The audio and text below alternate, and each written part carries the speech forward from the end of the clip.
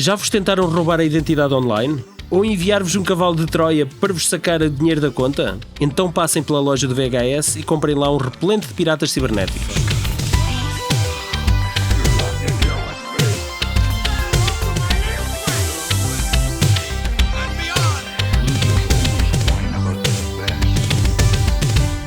Imaginem só que aceder a computadores alheios à distância pudesse ser considerado material de ficção científica. Agora imaginem que não é preciso recuar assim tanto para isso ser verdade. Por exemplo, até 1983, quando o War Games, Jogos de Guerra, estreou nos cinemas. Um thriller protagonizado por Matthew Broderick, ainda muito jovem, e que lidava com coisas misteriosas como computadores em rede, hackers, cibersegurança e inteligência artificial. Tudo bem embrulhado nos medos e paranoias da guerra nuclear e na possibilidade de irmos todos para o galheiro à distância de um teclado. Na nossa companhia irá estar daqui a pouco o ator Michael Ensign, que participou neste pedaço de história da pré-internet, mas já aqui sentado está o pirata da web António Araújo. Seja bem regressado ao VHS. Olá, malta.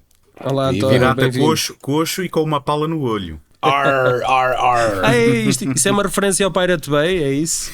É uma referência a todos os piratas, que Yeah. quando pensamos em piratas é pala no olho, perna de pau e um Johnny Depp. papagaio. É exatamente, um papagaio no olho. Wow. What? We got something. He found the right code word to play the game, We're in. but it was the wrong computer. Shall we play a game? How could I ask you that? How about global thermonuclear war? Fine. All right. Matthew Broderick, que eu já não me lembrava que tinha sido tão novinho, é um puto que se desenrasca nos computadores, que, como diria o Rui Veloso, em O Postal dos Correios, é um emprego com saída. Broderick é David, que, como um bom geek que é, cativa a atenção das meninas entrando no computador da escola e alterando as notas das disciplinas de F para A. Numa destas incursões pela primitiva internet de 83, movida a disquetes de cartão, que isso é uma delícia ver aquela cena, David encontra... O som que aquilo faz, né, quando entra flow. É um efeito sonoro, desculpa. Sim. David encontra uma porta da guarita, aliás, de um computador central militar que controla o sistema de mísseis nucleares norte-americanos. David interage com o WOPR, War Operation Plan Response, ou Joshua para os amigos, e começam a jogar um jogo que se chama Guerra termonuclear, não é? É isso. Guerra termonuclear. Para David é apenas uma simulação, mas para Joshua, o computador, pode ser apenas o início de uma terceira guerra mundial que aniquilará toda a humanidade. Para evitar que isso aconteça, David e a sua namorada vão no encalço do criador desta inteligência artificial, o pérfido Dr. Falcon. Nada disso. Ele é um cientista porreiraço que decidiu retirar-se após a morte do filho, que se chamava Joshua. E pronto, é isto. isto. Tu também és daqueles pais que usa o nome do filho como password? Não, por acaso não sou. É 1, 2, 3, 4, 5, não é? Por acaso, esta parte eu vou cortar para proteger a cibersegurança do meu pai, mas ele usava o nome da minha mãe como password do Facebook. Mas nós não sabemos o nome da tua mãe. Não te preocupes. É muito fácil lá chegar. É muito fácil. Podcast não mas foi sabe, isso, que eu tive que lhe explicar. Eu tive que lhe explicar que estás a dar de mão beijada a qualquer hacker o acesso à tua conta. E ele tipo, mas quem é que quer saber? Quem é que quer entrar no meu Facebook? E eu, à partida ninguém. O problema é que entrando no teu Facebook as pessoas têm acesso a outras coisas tuas que podem usar como resgate. Podem contactar outras pessoas, fazerem-se passar por ti. Enfim, tive que lhe estar a dar uma aula do risco que é...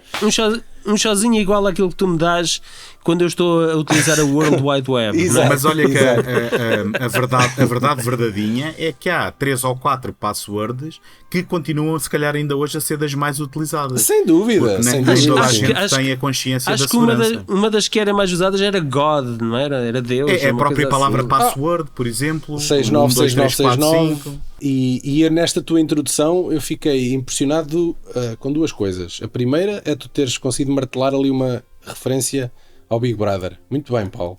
A outra Ao é... Big Brother. Sim, de entrar pela guarita.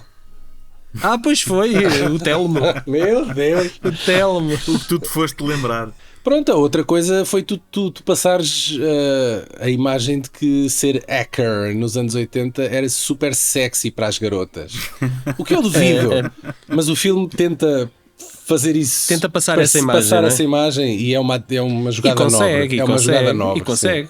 Bem, a verdade é que uns E anos consegue. mais tarde o Matthew Broderick era o miúdo mais cool da escola. O não é? Ferris Bueller. Exatamente. Opa, mas ele Mas aqui, Não era o eu caçador fiquei- do Godzilla também é super cool. O gajo dos worms, o gajo dos vermes, das minhocas. É, o Tatópolis. Exato. Eu não sei se já aconteceu mesmo. Eu revi o filme agora, Ser hacker, não. durante esta semana, e eu já não vi o filme há mais de 20 anos.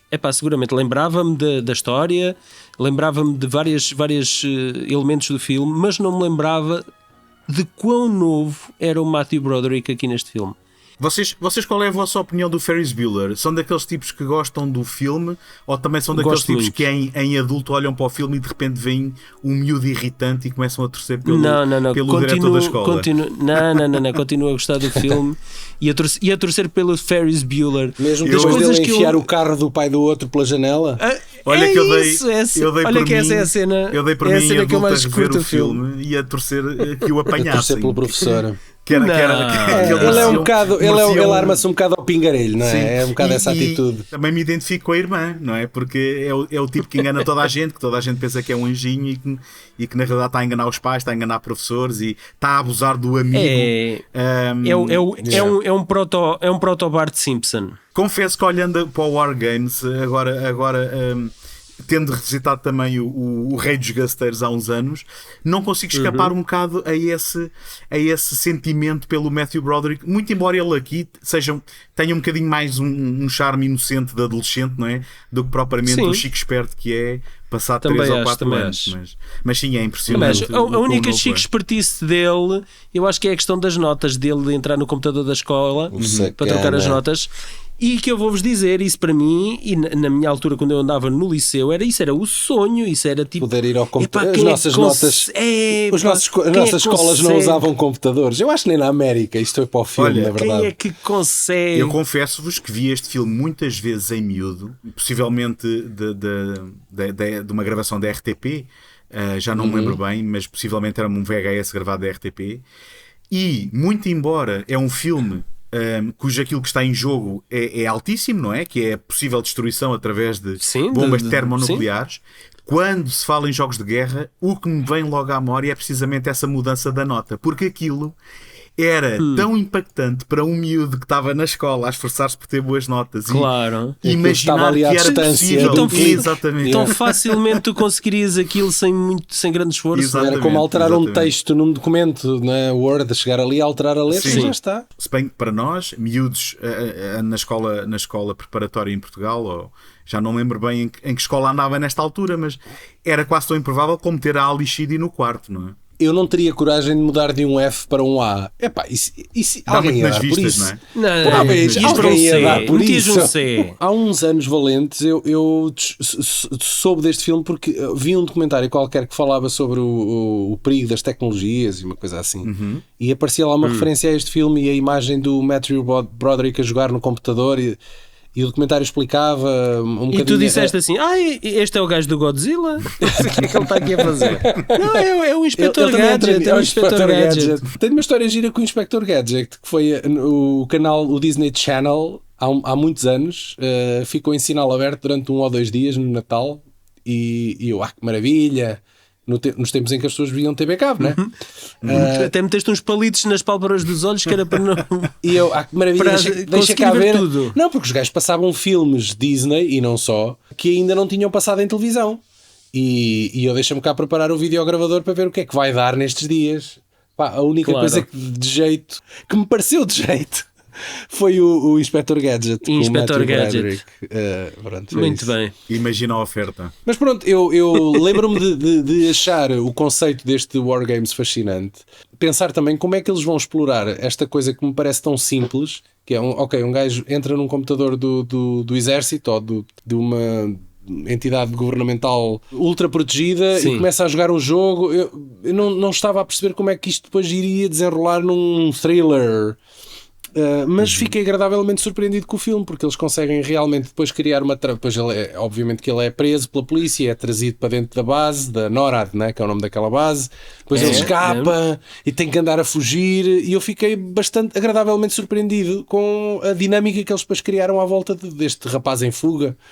Sim, pá, eu acho que a premissa eu acho que continua até super atual e muito bem conseguida. A única questão que aqui acaba por se tornar bastante datável, né, aos olhos de hoje, é a tecnologia, não é? Mas que existia olha naquela que época mesmo e para aquilo que existe agora. Eu fiquei bastante surpreendido também com o facto de eles lidarem com coisas que seriam bastante desconhecidas para o público em geral. Eles poderiam cair na tentação de exagerar nos conceitos e tornar a internet um lugar muito mais assustador e perigoso do que aquilo que é na realidade.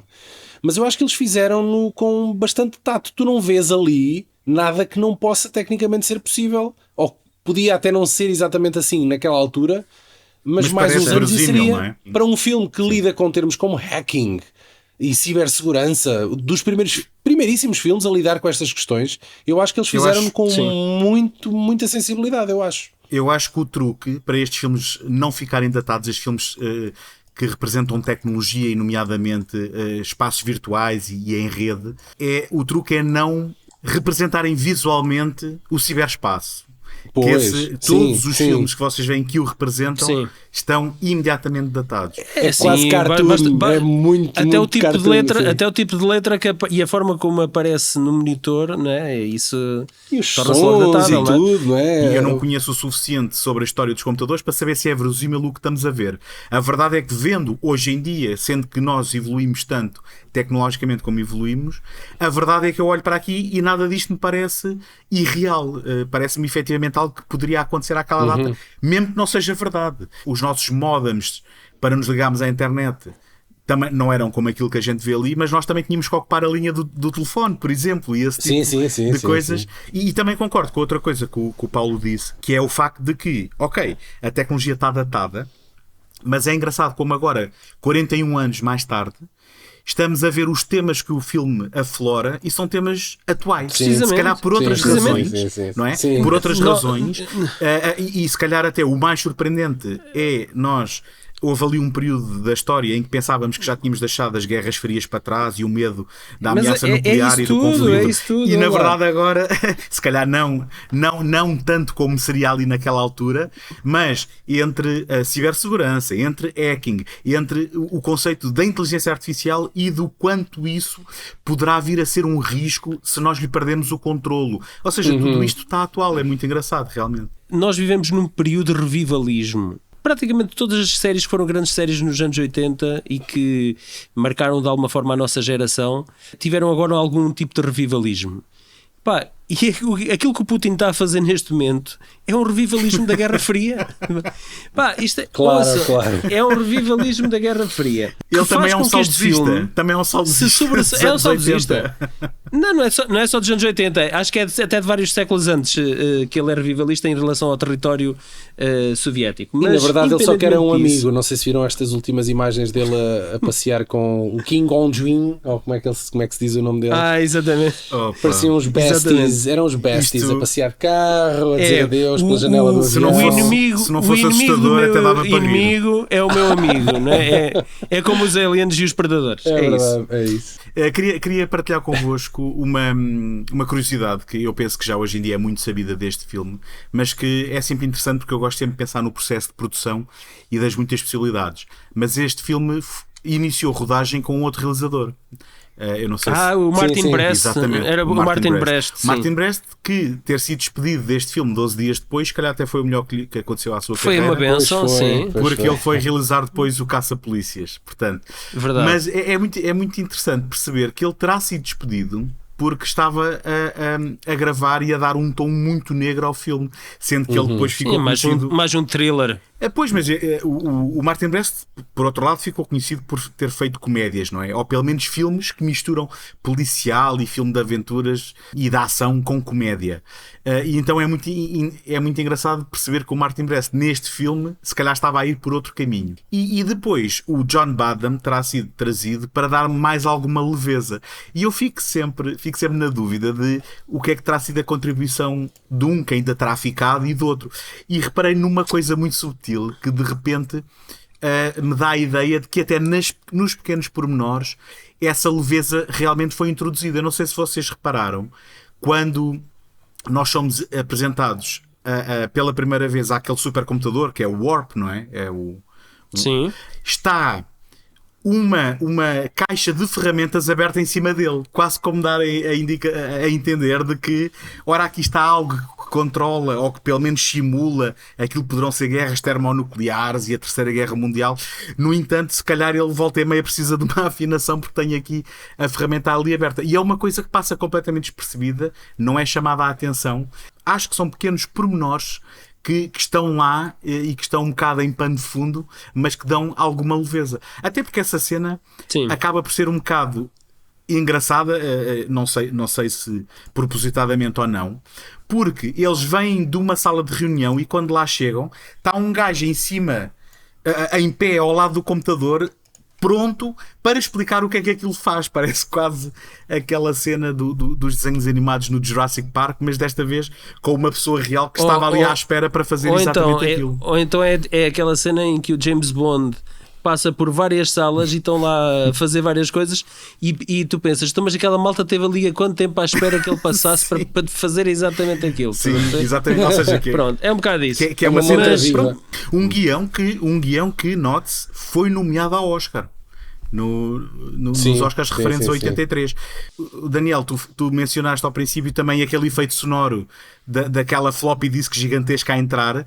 O som também foi nomeado ao Oscar, é curioso. Sério? Foi. O som?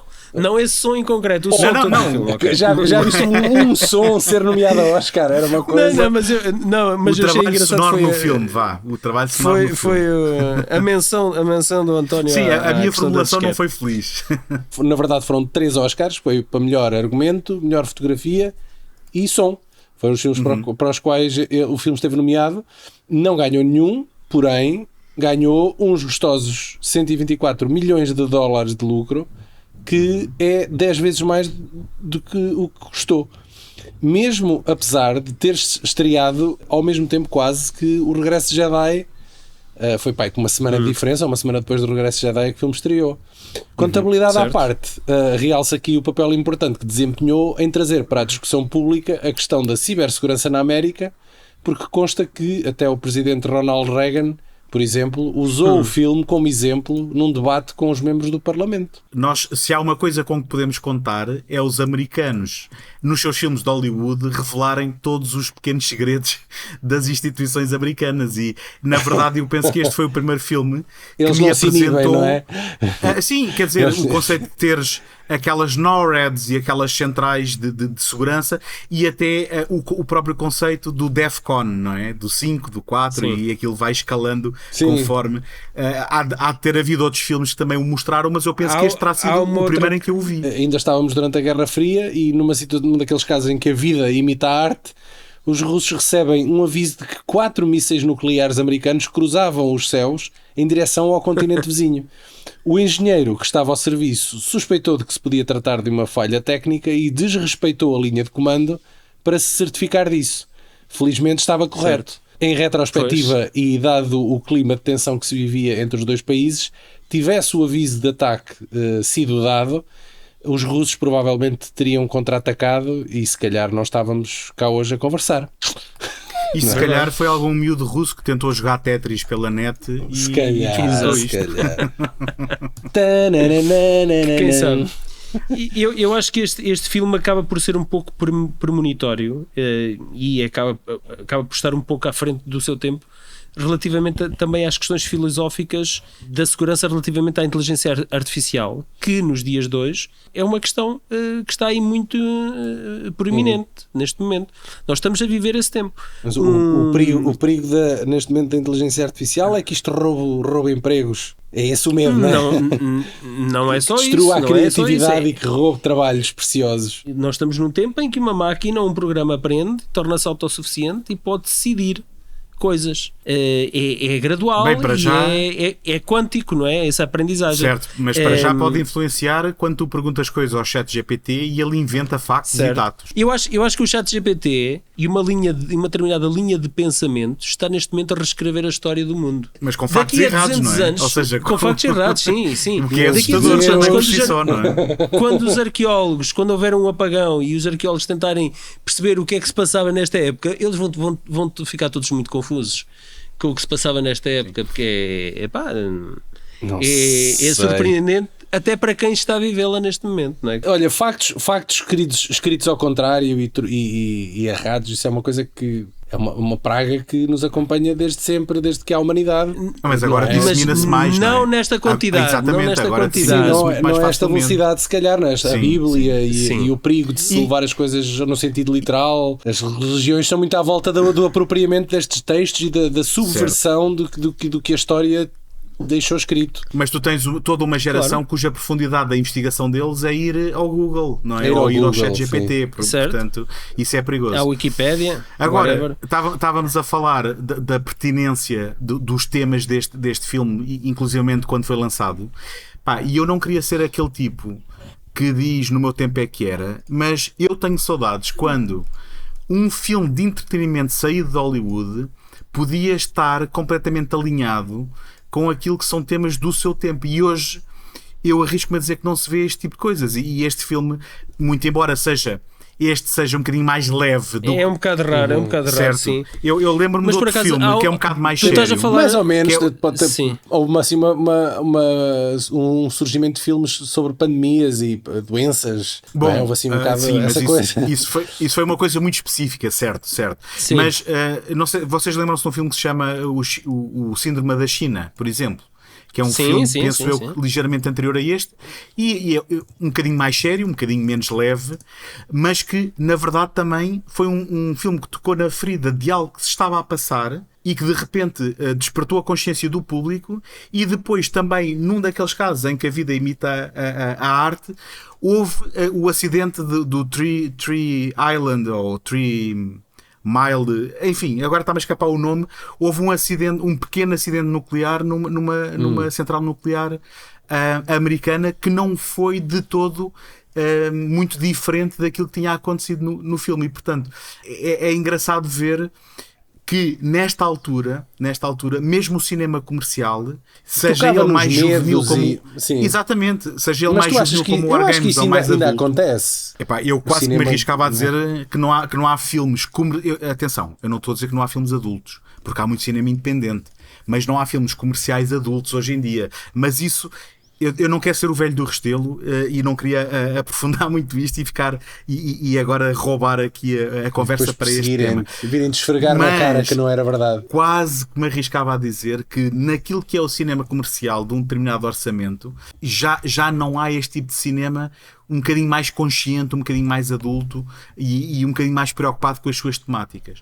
Mas isso é porque fomos completamente como é que eu ia dizer, sequestrados pela Marvel, e ainda estamos a pagar o preço disso. Foi um momento boomer, alguém que preferia o tempo de antigamente. O nosso próximo convidado é uma voz já antes ouvida no nosso podcast. Ele é Michael Ensign e é um ator britânico que fez carreira desde o final dos anos 70 nos Estados Unidos, em pequenos papéis como nas séries Star Trek, Ficheiros Secretos, ou até mesmo em grandes filmes como Os Caça-Fantasmas ou o Titanic, do James Cameron.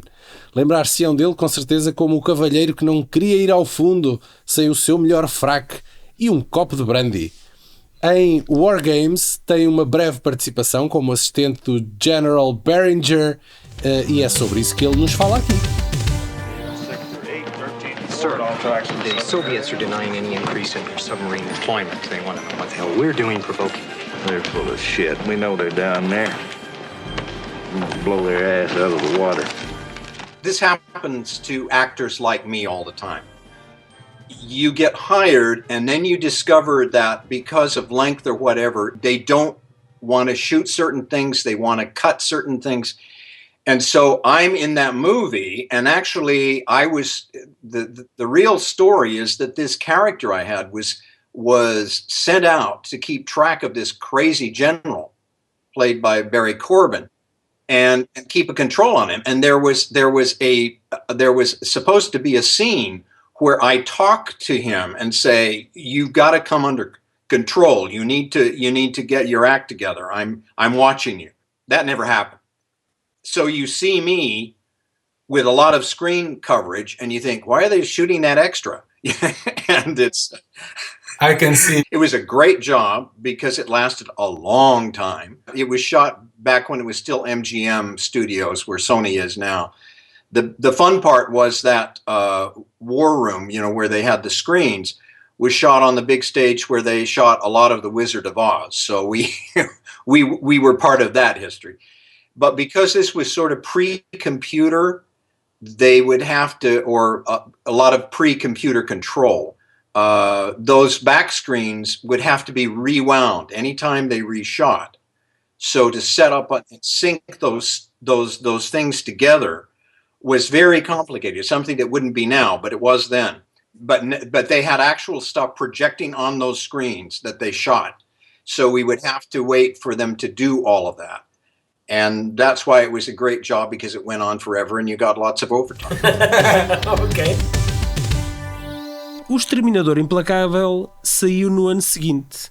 E não sei se, para além dos guiões do Harlan Ellison para a série The Outer Limits, James Cameron não se terá inspirado também aqui no War Games para a criação da Skynet.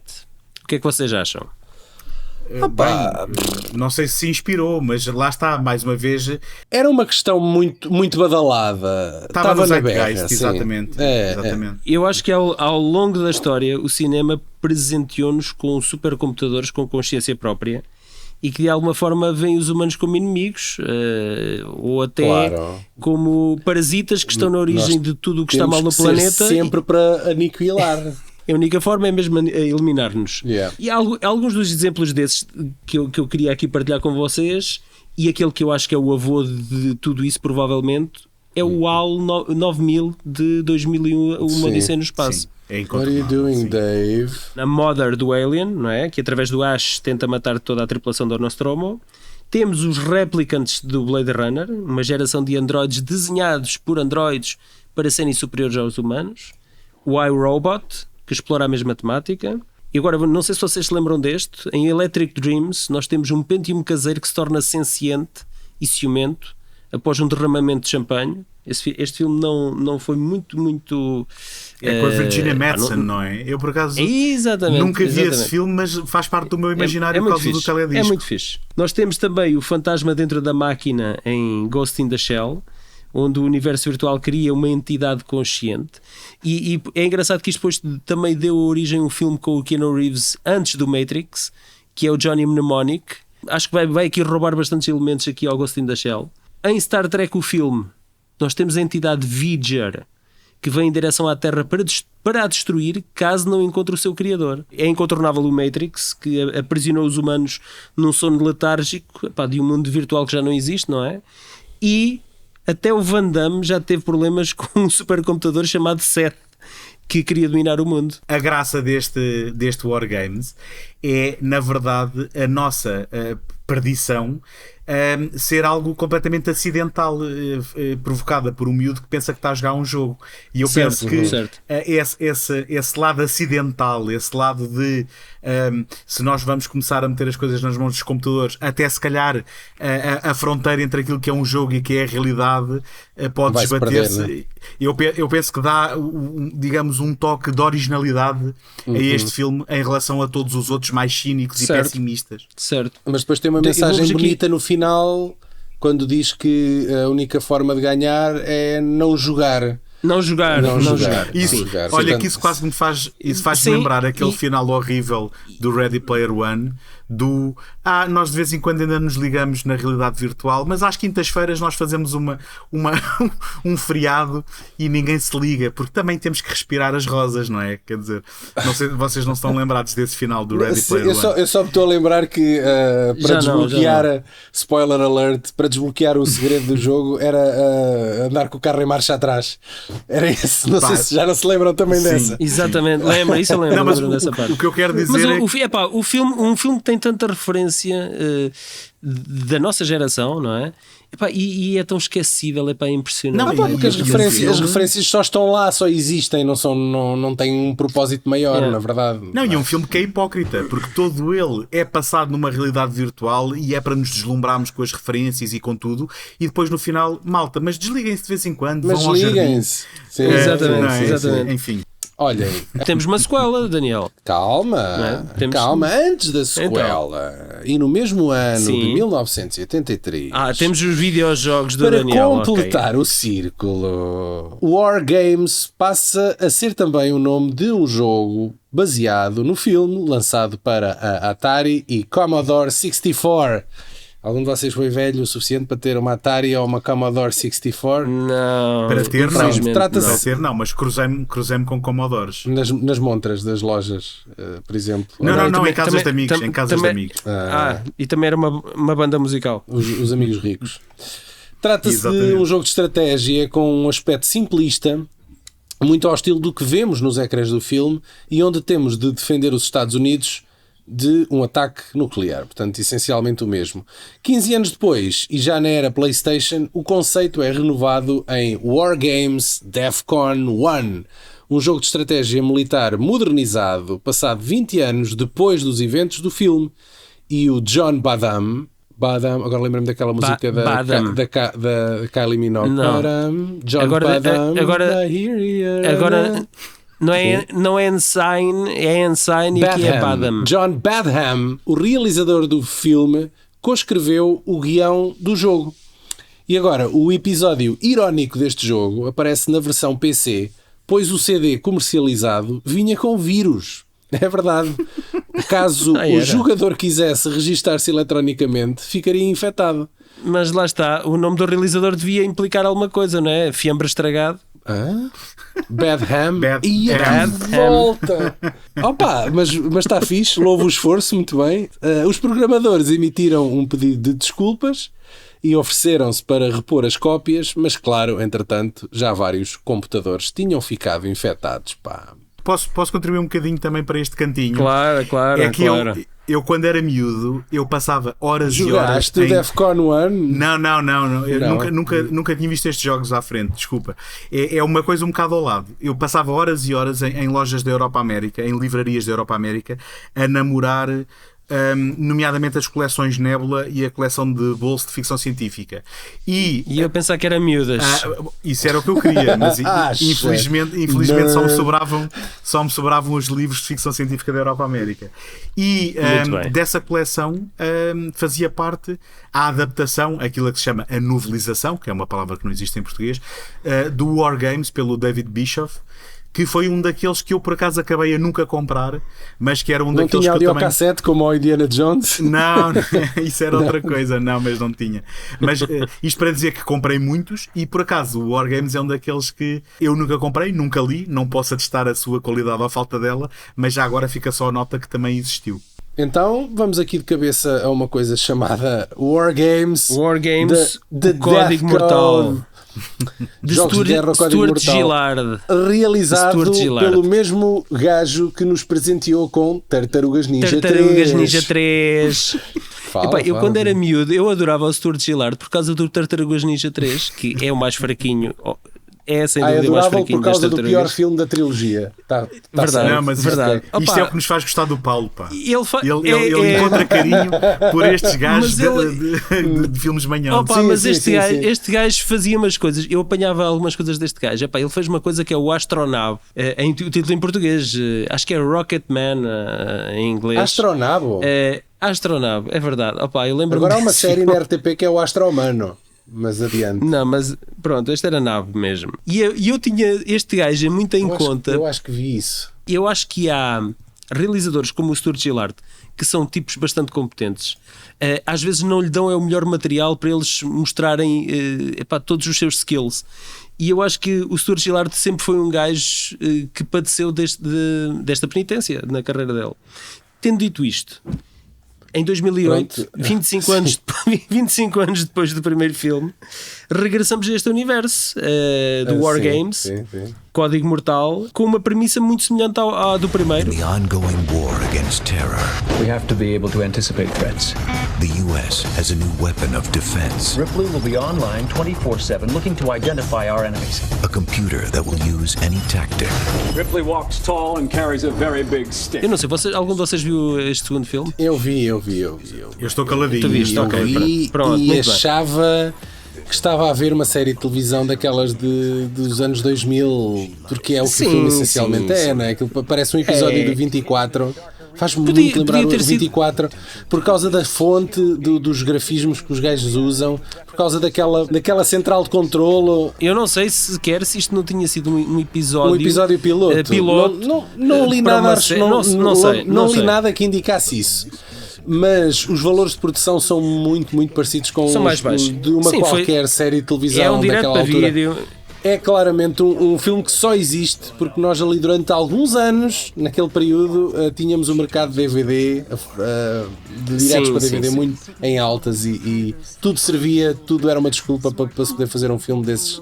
E este é só mais um desses. Verdade. É um quase Pronto, remake. É só um quase remake. Sim, mas do primeiro filme. mas mais atual em termos da tecnologia e das motivações Pois. por trás da guerra. Mas é que até para o ano em que saiu já está datado. Porque todas aquelas ideias e todos aqueles conceitos que eles lançam já não são novos. Nem em 2008 aquilo era interessante. Já Epá, era uma eu- coisa batida e repetitiva. O exercício deste filme é aquele do que nós estamos constantemente a ser vigiados. O protagonista deste filme e a namorada, por coincidência, não é? Anda ele e a namorada. Eu acho que isso é um facto. Fujam para onde eles fugirem, há sempre uma câmara apontada para eles, há sempre um drone. E nós, em 2008, nós já tínhamos tido tantos filmes assim um bocado com essa lógica. Eu não vi este filme, mas pelo que estou aqui a ler na Wikipédia, depois de tudo o que aconteceu no primeiro filme, eles não mudaram a password do Whopper. Continua a ser Joshua. Não acredito. Não, pá, Bem, não é a password, isso é o nome do programa. É o nome, ficou é o nome, assim, é o nome, do sim, programa. Acho bem. que não é a password. Mas pronto. Podemos ser spoilers ou não? Em relação a este filme, Ninguém acho quer que são- saber. Em relação, eles como não conseguiram trazer nenhum elemento do elenco original, eles trouxeram aquele maquinão do filme original lá, o Warp, como é que ele se chamava? Whopper. Eles encontram lá arrumado uma velha despensa. Neste filme são dois amigos que tropeçam por acaso num jogo que é um engodo do Departamento de Segurança Nacional americano para apanhar potenciais terroristas em território americano. Inadvertidamente, eles e todos os que os rodeiam passam a ser alvos dos serviços de segurança e de um computador chamado Ripley, com capacidade de iniciativa própria para caçar e destruir os seus alvos. Os jovens desta história recebem uma visita aqui do passado do Dr. Falcon, que com a ajuda do quase obsoleto Joshua vai tentar chamar Ripley à razão para que compreenda que na guerra, seja ela qual for, não há vencedores, só derrotados, que é a bonita mensagem do primeiro filme. Tenho aqui algumas curiosidades, por exemplo, este Matt Lanter, que faz aqui as vezes do Matthew Broderick, tornar-se-ia a voz oficial do Anakin Skywalker na série Clone Wars e que depois ficaria para os diversos videojogos e séries animadas que saíram. Portanto, é o Hayden Christensen de backup. E depois o filme tem aqui uma particularidade que é ter apresentado talvez um dos momentos raros onde nós podemos vislumbrar um videojogo chamado Stargate Worlds.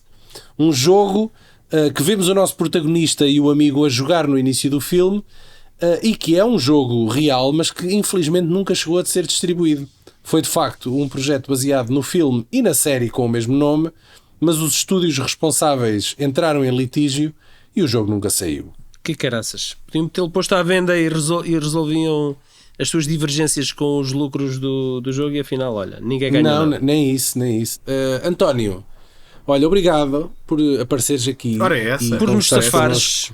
Sobre foi um prazer este tempo todo que tive a preparar-me para este episódio, pá, portanto, convidem sempre que quiserem. 20 minutos. Olha, falando em computadores, onde é que as pessoas podem virtualmente chegar ao teu trabalho? Para quem não sabe, tu tens também um podcast que é o Segundo Take. Certo. E que mais? É que se pode saber a teu respeito? É isso, e um best-seller na FNAC também. E um bem, na FNAC sim, best-seller não. Mas sim, olha, obrigado. Obrigado pela oportunidade. Agora era aquele momento em que podias estar calado, pá. Não precisavas de ter complementado. Mas eu só muito recentemente é que reavivei o Segundo Take, estava um bocado dormente, estava ali em coma a ver se voltava à vida e realmente agora parece estar a dar sinais de vida. Portanto, também todos os meses Universos Paralelos, que eu faço com o José Carlos Maltese e com o Tomás Agostinho, e sim, também com o José escrevi um livro. Por momentos parece José Carlos Malate, mas não é Maltese. Pois, okay. quase que era. Também com o José Carlos Maltês, escrevi um livro dedicado ao cinema terror chamado Olhar o Medo, que encontram, atualmente só o encontram praticamente na FNAC, também na linha de sombra na Cinemateca e em pouco mais, porque os poucos que se fizeram... E mandando-te mensagem? Não, isso já também, não. Isso já não, porque já não tenho para venda. Okay. Não. Tenho que direcionar as pessoas à FNAC. Isto significa Vai que à loja. Não se venderam muitos, mas vendeu-se bem, pronto, dizendo desta forma. Portanto... Okay. Encontram tudo isto em segundotake.com se tiverem curiosidade, e obrigado pela oportunidade para partilhar. Muito bem. Está na hora de desligar o modem e arrumar as disquetes, que os vossos hackers de estimação também precisam de descanso. Todos os nossos episódios podem ser acedidos sem recurso a passwords ou programação obscura em todas as plataformas de podcasting à disposição. E a propósito disso, podem continuar a explorar o mundo cibernético no cinema e ouvir o nosso episódio sobre o filme Hackers, com a Angelina Jolie. Lembram-se? Sim, e o ex-marido dela, o Johnny Lee Miller. Ou, por exemplo, o Tron. O Tron também é outro filme cibernético. Pronto, procurem no nosso catálogo. Eu não sei se vos disse isto, mas eu quando andava no liceu e nos primeiros anos de faculdade, eu ainda usávamos disquetes e eu tenho uma gaveta lá em casa que é fluorescente graças a essas disquetes, porque eu não sei se vocês tinham essa banca, mas eu arquivava vírus. Então eu tenho uma coleção de vírus daquela época armazenados em disquetes. Mas para quê? Para nunca tinha ouvido tal coisa. Pois, mas pronto, os teus amigos. Há quem colecione rolhas de garrafas, não é? E tu colecionas vírus informáticos, também pode ser. Colecionava. Pronto, tenho lá uma gaveta. Eles ainda lá estão, não é? Uma ou duas, eles estão lá. Eles continuam lá. Já não tens a maneira de ler aquelas disquetes, aposto. Eu aposto que daqui a muitos anos, quando os ETs invadirem o planeta Terra, uma daquelas disquetes vai poder ser inserida no main computer da mothership dos alienígenas. E vai criar, passar um vírus lá para aquilo. Ou então a malta que trouxe a solução está ali, a solução está naquela gaveta. Ou então a malta que trouxe o vinil de volta também vai trazer estes disquetes de volta. Quem sabe lá.